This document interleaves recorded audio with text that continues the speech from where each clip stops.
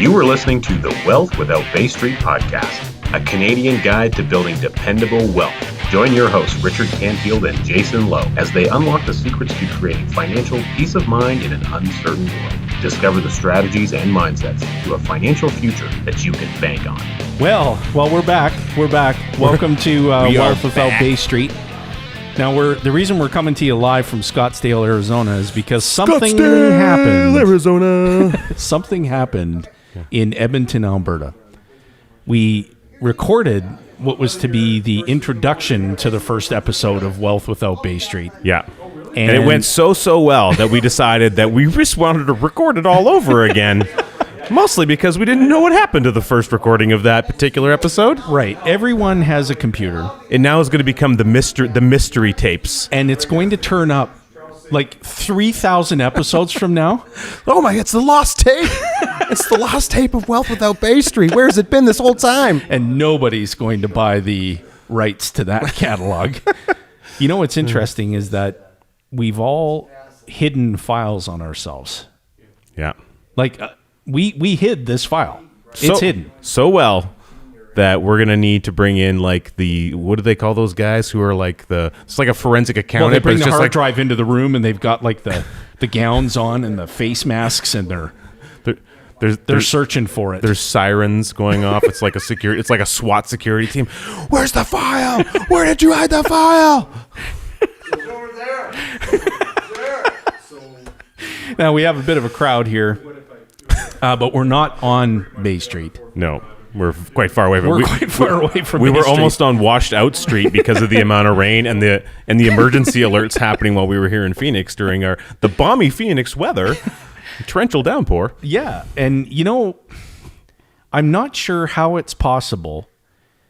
Well, two things. One, going to Miami in June, where Miami, all you see, whenever you see commercials about Miami, it's South Beach, it's the sun, the waves. With people, we get surfing. There, thunderstorms. And torrential downpours. 3 people on the beach. One guy was cleaning it. Well, and people are saying to us, they're saying, gosh, you're going down to Scottsdale, Arizona. Lucky you, it's going to be sunny. It's going to be beautiful. You're escaping the winter. And we get here, thunderstorms. Yeah. The good news is, super good news, I was really excited about the fact that there was no rattlesnakes. Right. Yeah. Yeah. They're all wet and coiled up somewhere in the desert behind the house. Now, these past 2 days have been pretty phenomenal. Yeah, we just attended some unbelievable mentorship, direct training from someone who's been one of the most instrumental and key people in our learning process, our discovery of an implementation of Nelson's great work, Becoming Your Own Banker, the process of becoming your own banker.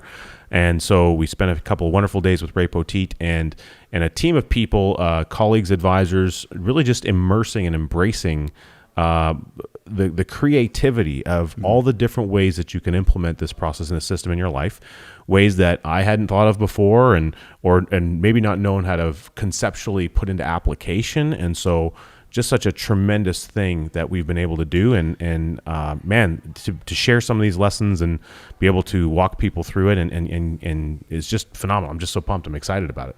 You know what's interesting? I'm excited too, but I find myself thinking when I look at the view on the camera that we're looking at right now, if I'm the viewer, I'm thinking, get me a taller chair, man, so I can. Right? We are looking down on you from Bay Street. Now, we like to have fun. We do like that. Now, we get into like really good, serious, mode with our guests that we interview. But we really enjoy having conversation. I mean, you can have fun conversations about money. Let's be honest. Most conversations around money, for most people, just a serious moment, are and can be very stressful. Yeah. And it can bring up a lot of negative emotions or whatever. Yeah. And that can manifest itself in a number of ways where, wedges get put into relationships. But not wedgies. Not... Yeah, we have to be really clear. Caveat. Even when times are good, Do not introduce wedgies into the relationship. Specifically not in a relationship or your financial discussions. Right. Neither will go over they well. They don't fit. However, if your money's on Bay Street and the roller coaster goes down, you may find yourself with a bit of a wedgie, financially speaking. Like, it's just, it's one of those things where we can introduce some fun into conversations around money. Sure. And what we find happens when we do that is people lighten up and they're comfortable talking about their, I guess, desire for more knowledge on the subject and how to keep more of that money in their family, how to keep more of that money available to their business. And, for people who just can't get to that point, lighten up, for God's sakes, or go and try to build wealth with Bay Street. Good luck with that. But another thing too, though, is they also people may also open up about their fears. Our engineer's here, and he's looking at me. He's like, "What are you doing? How do you expect us to get sponsors when you guys are talking about this?" Well, if you own, what's the name of the? There's got to be a underwear company that's designed the perfect wedgie underwear. Saks. Right, we might get a cease and desist letter for saying that on the podcast. So back to your point, your serious point, yeah, about people opening up about money. Right, it's not just about their desires and what they're looking for, but it's also the counterbalance to that, which is their fears. What are the things that maybe they're either struggling with or they're really concerned about? The kind of things that are keeping them up at night. Right. And for many people, that's topics around not having enough capital, maybe for retirement, or what are they going to do when that happens, and how am I creating cash flow? These kinds of things. Will there be, who's going to provide for me? How, what will the government have versus what I have? These kinds of things that come up, and also, the burden of some of the payments that are walking out the door, things that have interest attached to it. Right. So when you're able to address these fears in a good discussion, open discussion, and you can keep it light because, it's okay to do that. And you can start to embrace more conversations around money. Well, what happens is you're going to start to embrace more of the good things that comes with it. You're creating more of an abundant atmosphere. Right. And rather than just being held in the status of fear around these things, you can move beyond them, move forward with them, and then you can really dive deeper into the knowledge and then the application of that knowledge. They say that knowledge is power. I don't particularly believe that. I believe that applied knowledge is what can become powerful. That's a really, really good point. And if it's less difficult to deal with a problem when you have a positive frame of mind in your approach to dealing with it. And so what we're sharing, and we're having a great time, because these past 2 days have been amazing, and we do genuinely believe that there's a very dependable way to grow your wealth without Bay Street. Now, when we say without Bay Street, we mean that you don't have to hand control of your money over to someone who, maybe a stockbroker or an investment advisor. Not to say that any of those folks are bad or anything like that. Quite the opposite. Many are wonderful, amazing people. That's their profession. That's what they do for a living. It's the absence of control of the outcome. And what people are searching for, and I think that's always been the case, but through conversation, it becomes more prevalent in what's spoken, that people are looking for certainty. They're looking for a sense of stability. Mm-hmm. Because what's creating the stress are all the unknowns, not all of the knowns necessarily. Like, what's going to happen with interest rates? That's an unknown. What's going to happen with the calculation of tax as it relates to your income? That's an unknown. It's a big unknown. What's going to happen with the economy and the stock market? Those are all things that are unknowns. And that just inherently creates feelings of fear, anxiety, stress, etc. They're also things that not only are they unknowns, they're also things that you generally have very little control, right, or personal ability to have impact upon. Right. So if we if we can just take we just cross off all the things that you have no control over, then the list of what you can control gets much smaller, which means your ability to focus on the things that you can control becomes more important. Absolutely. And that's where we're trying to direct people to put their focus on. And it never loses its importance. No, never. Because you need the use of money for the rest of your lifetime. And the the ability to create something that's dependable versus continuing to live in the unknowns, people are really leaning into dependable. And this process that we educate the general public about. Now, for those who don't know, Wealth Without Bay Street, part of what we do is educate the general public about how to create dependable wealth without Bay Street by implementing a process of becoming your own banker, the infinite banking concept, developed, pioneered, founded by the late R. Nelson Nash, who wrote the book titled Becoming Your Own Banker, Building Your Warehouse of Wealth, The Case for IBC. You'll find links available if you want to get those books and add them to your library. And when you listen to our podcasts, because we find genuinely that, and even though we haven't launched one episode yet, we do find that genuinely people will binge on our content like Netflix. And so we're subliminally programming you to binge on our content. So as you go through and binge on our content, if you like what you hear and you like what you see and you find yourself thinking, I really think I can build wealth without Bay Street, then just head on over to Wealth Without Bay Street and create a time to meet with someone who can show you how to build wealth. It's 3 times the charm, man. Without Bay Street. So, but before we focus on all the wealth that can be created without Bay Street, which is really, really important, part of the pieces that matters here is the mindset. Because in order to create the wealth without Bay Street that you're looking to have, that everyone's looking to create, it's what's in between our ears and how we're thinking about our ability to go and create it. Right. So there's ways to do it. There's applications that allow you to do it. There's processes that allow you to do it.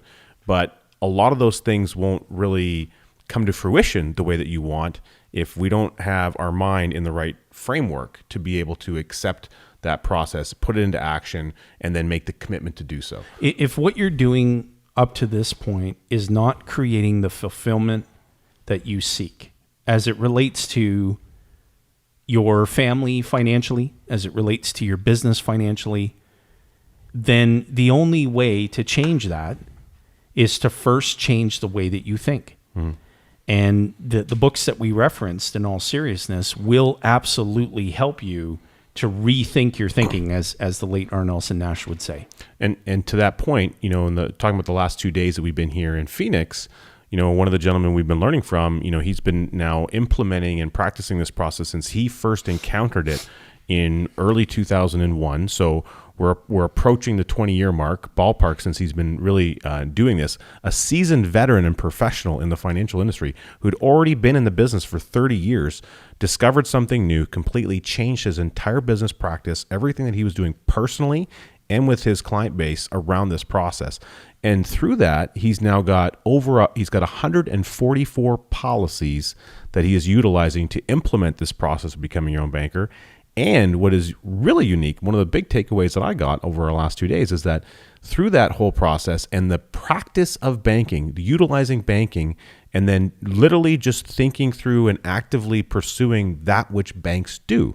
They take in deposits and then they lend money. They take in deposits and they lend money. And then they bring the money back in and so forth. That process of doing it, he's been able to amass through that work a $10 million loan portfolio, which is producing a very good income, a passive income of money coming back into his family system, and it's creating a ripple effect that will cascade multiple generations. He's really implementing the process of banking as a bank owner, but also incorporating the aspect of how he's bringing his entire family into the equation. Right. His kids, his grandkids, his great-grandkids. And they even do what they refer to as a family banking meeting. So once a year they go for a family vacation. They do it through it turns out that of course when you own a corporation, it's important to have an annual meeting for the corporation. So they usually pick a nice place and then they go as a directors. Just don't invite me because it's going to rain or thunderstorm. Well, if both of us show up, wherever that's what's we go, happen. It doesn't matter what time of year it is. Probably no rattlesnakes, however, most likely when we get there. Now, this family banking meeting, they're able to discuss how they're going to grow the family's wealth in the family banking system in the upcoming year. And it's those open conversations where they're taking the topic that usually around money, like we're talking about, that often has stress and fear and other things attached to it, and we're releasing all of that so that you can get focused on all the positive aspects, and you're bringing the family together into that community and discussion about it. But what you just described is so rare. And, as we're taught to be divisive, when you grow up, you're going to move out of this house and start your own family. Mm-hmm. You're going to have your own mortgage, your own bills, and you will understand. Those are things that I heard my parents say all the time. And for people who are listening, you likely can resonate with that. Yeah. What this process of becoming your own banker and what Richard just shared with us around the family banking meeting, could you imagine in your own family right now, sitting down and announcing that you're going to have a family banking meeting and all you're going to talk about is money? Aside from the fact that, A, you're likely already feeling stress just hearing me say that. Just imagine, if we can just cast this vision for you for a moment, where you have been storing money inside of an entity that you own, because we're taught to store our money somewhere. Mm-hmm. Store it where you're the owner, and you have money coming back to your family for all the things that you would have transferred money away from your family for: vehicles, weddings, education, property, investment opportunities, business expansion. Income taxes was a big one. Property taxes. If you have the money coming back to the family, is the conversation going to be easier or more difficult? Well, we'd like to say easier. I would absolutely think it would be easier. And not only that, if you're doing that in your intention, ultimately, what are we doing this all for? We all, if you're listening to this, probability is that you're doing something to generate and earn an income. Yeah. And if you're generating or, earning an income in some way, you're thinking, how can I put that income to work in such a way that'll maximize its benefits for myself and my family?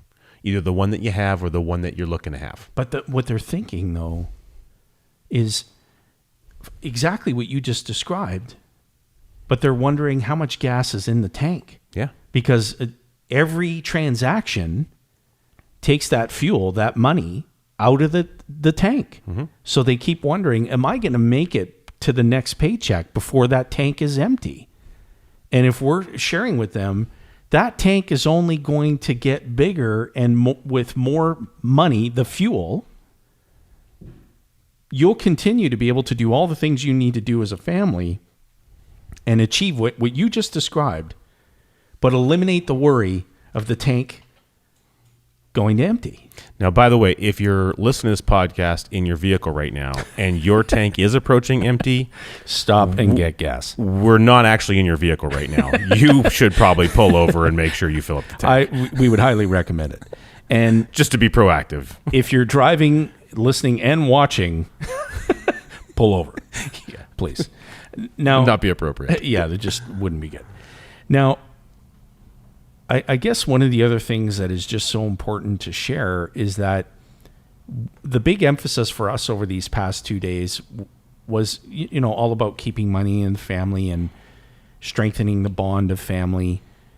And again, we have to really encourage our listeners that it's not, we just think differently than you do as a listener, because we've been practicing this process in our own lives for many, many years. And so we're standing on the other side, waving this flag at you and saying, hey, if you're really seeking that fulfillment and that peaceful, stress-free financial existence, and you're sick and tired of transferring the money away, read the book. Yeah. That's the first step. Read the book. Read R. Nelson Nash's book titled Becoming Your Own Banker. And then the very next thing you need to do after that is you've got to reach out to speak to one of our exceptional advisors. You like how I put that in there? I saw that. I noticed it, yeah. Because they really, truly all are exceptional. As an extension of It's an inside joke. It's okay if you don't get it. We'll reveal that someday. Yeah, when we find the recording of the episode that it is actually by episode lost. 15, you guys will be with us. You'll know exactly what we're talking about. You'll be good. So, I guess what we would say to everyone, first of all, thanks for tuning in. We appreciate you listening to this episode of Wealth Without Bay Street. Richard, do you have any parting remarks for the listening audience? Yeah, I think one thing I just want to, while we're still here in Phoenix, I want to just kind of circle back one last time before we're getting ready to go. And it's, I talked about this gentleman who's got his loan portfolio and all those kind of things. But the key takeaway isn't the fact that he's got a giant loan portfolio. The takeaway is that he embraced the process of doing it. He realized that it was possible to do so, and then he implemented that process into his life.